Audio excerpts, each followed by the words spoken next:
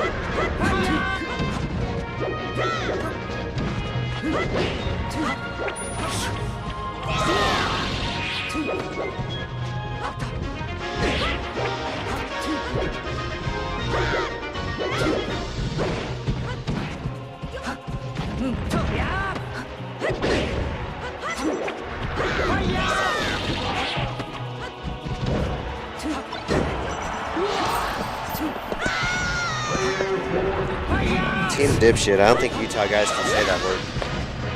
I guess Keys is not. As far as I know, Keys isn't Mormon at least. So.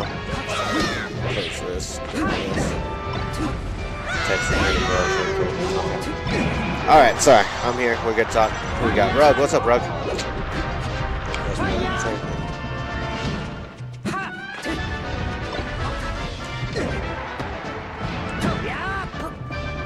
So what's the PR in Southern Utah? I imagine Keys is pretty high up there. He managed to pull a set off of me rather, a couple months ago. Man, this is some sloppy doubles. I feel like me and Charge showed you some pinnacle shit. Like me and Richard were doing like the back and forth and stuff. Now we see them firefoxing up the top stage, side being as a tech chase response, and off the stage, and that should be it. Nice stall, and that kills Zelda. She can't do anything for that. Oh, that might bring her back though. It actually did. Okay, that works. So Zelda can't. Zelda's like Mewtwo. Her teleport gets stuck on final. Like when Fox, you got Final Destination is kind of curved, just kind of though. So you got Fox and Falco when they up B, they slide on it. They slide on that curve. Dr. Mario, Marth, everyone slides on that curve. Teleporters though are weird. Mewtwo and Zelda. And I think Sheik slides on the curve too, actually. I'm not 100%. But Mewtwo and Zelda, for sure Mewtwo, and I'm almost certain about Zelda, is because of that curve. When you teleport, you bump into it instead of sliding on it. It's really awkward, and it'll screw up your recovery. It's like slightly situational, but it's weird. It just kind of sucks. You can't move up that curve when you teleport. Like their teleport just gets cut short instead of just finishing its length and sliding.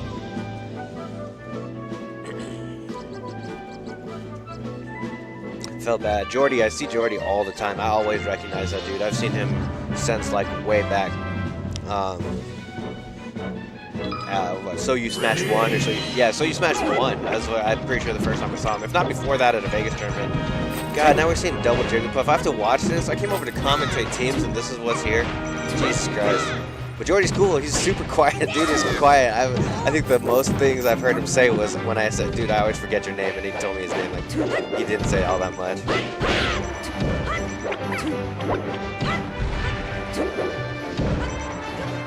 Is that the PR? Keys and then you?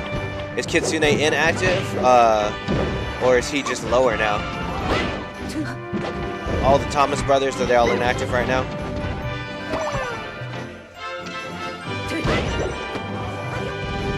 I know Hayden's not there. Kitsune straight up quit. Yeah, he last time he said he's like, I just don't like playing in Southern Utah anymore. Like, and that'll happen to TOs, especially when like you put a lot of effort into events and people don't register for it, people don't show up, and like the people that do show up is like, we appreciate you, but then when the people that say they'll show up and then bail like constantly, it sucks. It hurts putting in that much effort and not getting a return for it. And that's just kind of what's happened with Kitsune, you know.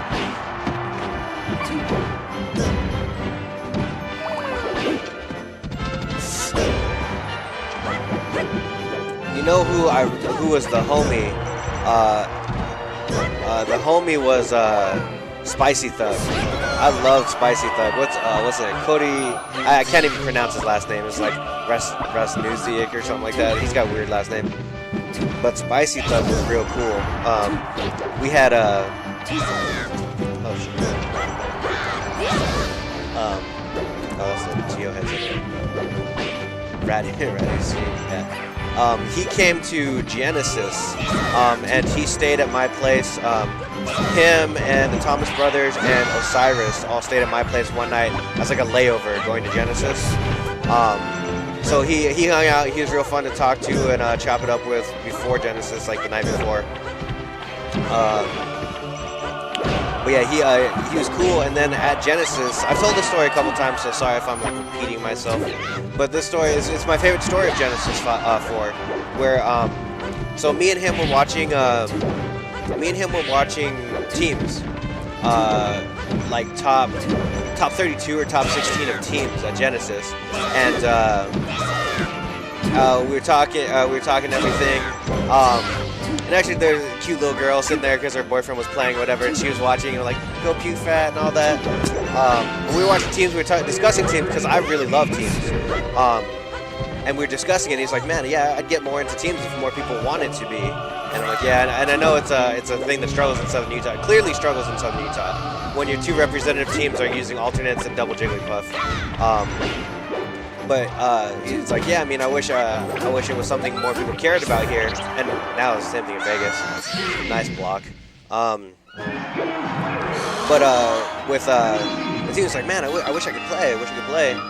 Wish we could do teams. And we're talking about it. We're talking about like, this is how it works. This is why they're doing this and all that.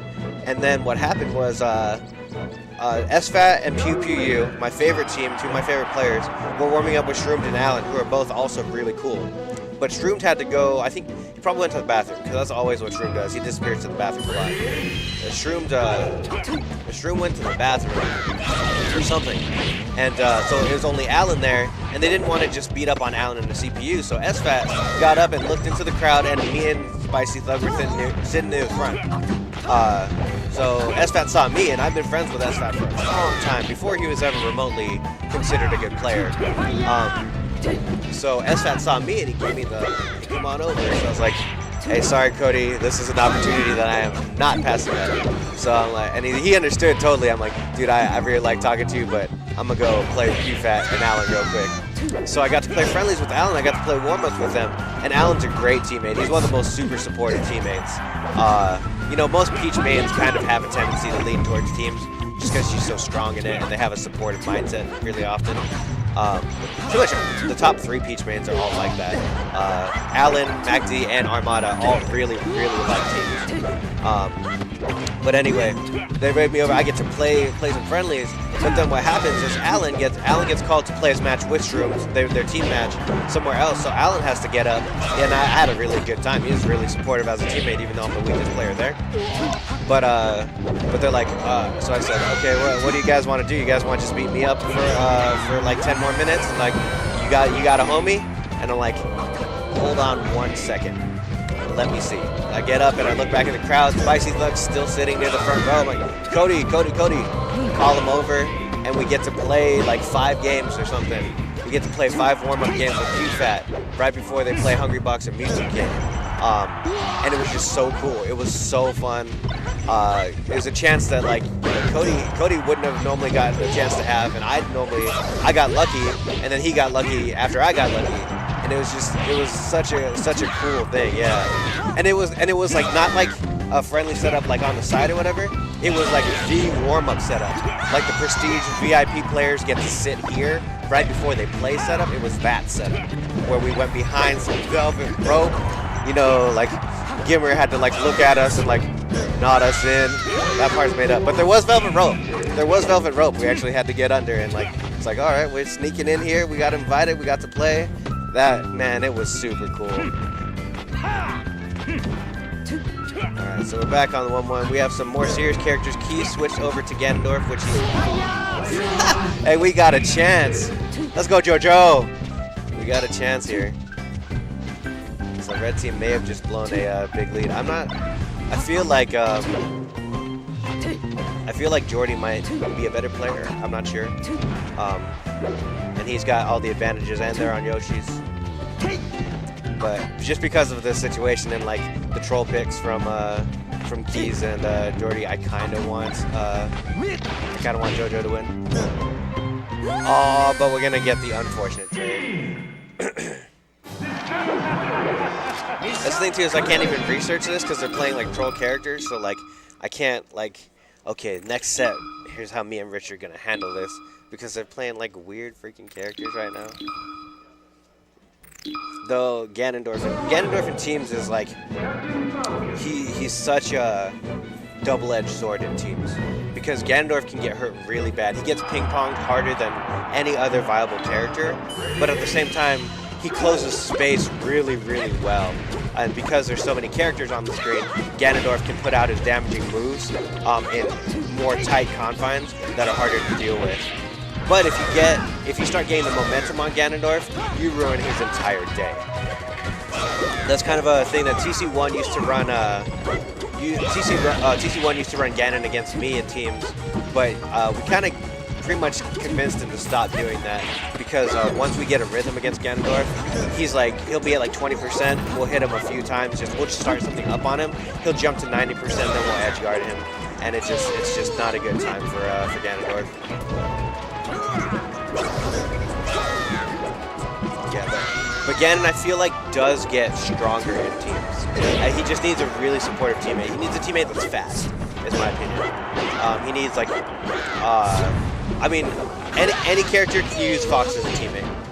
Any character can use Fox as a teammate, so I always that hurt. So I always recommend like Ganondorf Fox if you're gonna run Ganondorf, but you could also do Ganondorf Sheik. You have less bursty kill power, but and that's kind of the thing with Sheik, is you don't have the bursty kill power with Sheik. Yeah, Ganon Falcon was another one, because then you do have the bursty kill power. You just don't have. You're both vulnerable characters in that team. So that's a cool thing. There's so many trade-offs in what team you run. And that's why it's kind of interesting to see like teams like Jigglypuff Samus, which oh god, he's killed Fox so much. Wow, and he's just gonna kill them all.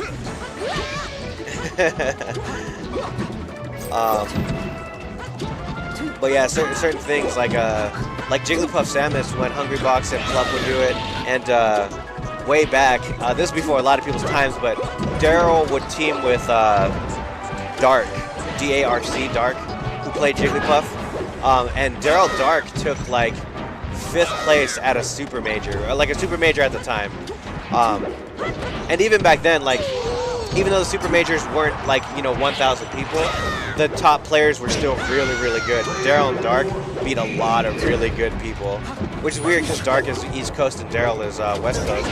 So it's like, why did they even decide to team? How do they even know each other? Keys killed himself again, and there goes Jordy. But this is still pretty close. You just need the execution on Sheik. Oh, and Young Link almost set it up for him.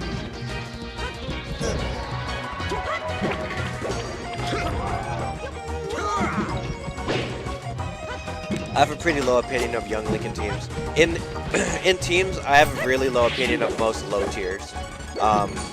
Like I think Pichu's really bad in teams. Young Link is really bad in teams. I feel like Link himself's better because like you can set up like those weird hard kill moves with Link in teams. I think Young Link's really bad because you don't even have the kill moves. Oh, he kind of saved him. He should have killed himself.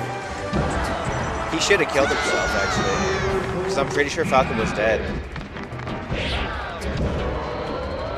But it might be okay. JoJo just cleaned it up, I'm pretty sure. One more, yeah. So we're going to game 5 somehow. New characters. I think Bowser gets better in teams just because he's so bad in singles. Whereas like Young Link has merit to camping in teams. Or camping in singles, like in Dreamland you can camp with bombs and stuff. But Bowser has like no merit in singles. Whereas in teams at least he has hitboxes that can kind of kill. Mario's not awful in teams. I think Mewtwo's awful. I think Mewtwo's really bad in teams because Mewtwo's like Ganondorf. He gets hit like Ganondorf and he dies faster. The only thing is his recovery. His recovery's not too slow. That's the thing that sucks about slow recoverers in teams. Jigglypuff, Samus, kind of Peach is their recoveries are really slow. So the strategy against these, this is like write it in the notebook, is if you're playing a fast faller floaty team, if you knock the floaty off the stage, stop concerning yourself with them. You knock the Jigglypuff off the stage, then she's not your problem anymore. You have a 2 versus 1 for like 5 seconds. Every time you knock her off the stage, basically. The same thing with Peach. I always teach my teammates, Chard and Blaze in particular, I always teach them to not even edge guard Peach pretty much in teams. You just hit her, and you miss edge guards on Peach, like everyone misses edge guards on Peach, like most of the time anyway, right? Because she has so much drift, it takes so long, you have to wait for her to float, you have to wait for her to double jump, and you have to wait for her to umbrella drift. You have to wait for all of those things, and then you have to guess perfectly right to punish. Keys killed himself again. Peach especially, because she's such a prominent team character. Jigglypuff less so, and like Samus even less so, but Peach especially. So when you deal with a Peach team, don't edge guard her. You're probably gonna miss it anyway, and not because you're bad, just because it's hard. Mango misses most edge guards on Peach. But anyway, so just don't edge guard her. Yeah, just double team the other person, find out what your teammate's doing against the other person, and set up your 2 versus 1. And that doesn't mean you both attack at the same time. It means you space around them. So in general, more teams theory, just because we have one more game to just talk about theory. Because I've seen Keys kill himself way too many times to care. But more teams theory is, if you picture it like a box, you have so you have the green Sheik, right? You have the green Sheik there, and you have her zone where she is, where she can hit, and where you can hit. And then you have your red Fox and your red Falcon on either side. And generally, the way you play teams is you want to box an opponent in, but you want to play that situation correctly. You box an opponent in, so you surround them, and while you're surrounding them, whoever your aggressive teammate is, if there's a Fox, it's usually Fox. Whoever your aggressive teammate is, Fox or Falco typically, because they have the safest pressure in the game. That person goes in, but the important thing is you got the Sheik, right? You have Fox right here. You have Fox right here. The Fox wants to attack this side of Sheik. He's here. He wants to attack this side. If you cross up, if you do your cross up drill shines, you do your running cross up drill shine, your Falcon that's over here is useless now. You cross her up, now this Falcon cannot do anything because you're in the way. So if he does something, he hits you, and you might act like it's his fault, but it's yours because you just took away all of his hitboxes. You just put yourself in the way of everything he could do. So that's the important thing, is just to keep them boxed. Even when you're pressuring, you keep them boxed in. So you drill shine that side. If you get grabbed and punished, Falcon's there to knee them. So you stay on